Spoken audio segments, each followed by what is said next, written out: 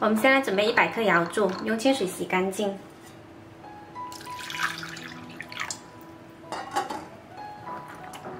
洗瑶柱的水呢倒掉，然后再加入少量清水，蒸20分钟，先把瑶柱蒸熟。再加入2片姜去腥，全程用大火蒸哦。又到了吃节瓜的季节啦，每年的4到7月份呢是节瓜最多的季节。现在4月份是最鲜嫩，我们这里叫节瓜，有些地方呢它会叫毛瓜。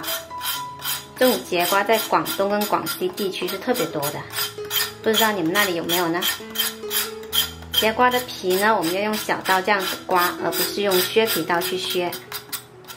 我感觉我在刮灰，这个声音好恐怖哦。应该有很多人很怕这个声音，我就没什么感觉。去了皮之后，把头尾切去，对半切开，然后再切成片。中间的心我们是不要的，把它边上切出来就好。最后是切成这种大小均匀的片就好。瑶柱蒸熟啦，先拿出来放着备用。我们再重新烧开一锅水，加入少许盐，一点点食用油，把节瓜放进来焯一下，不用煮太久，重新煮开就可以啦。捞出来过冷水，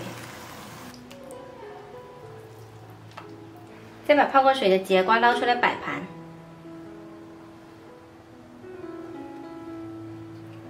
接着把蒸瑶柱的水淋上来，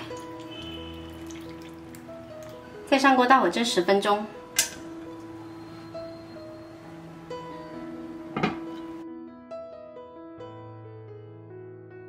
时间到，把节瓜拿出来，然后把里面的汤汁倒出来。汤汁跟瑶柱一起倒回锅里，再勾个芡，加一点点生抽调色。煮开加入电温水勾芡。瑶柱蒸出来的汤呢，它本身有咸味跟甜味，这里就不需要再放其他调味了。好啦，再次煮开就可以关火，然后淋在节瓜上面。我们这道特别鲜甜的瑶柱蒸节瓜就做好啦。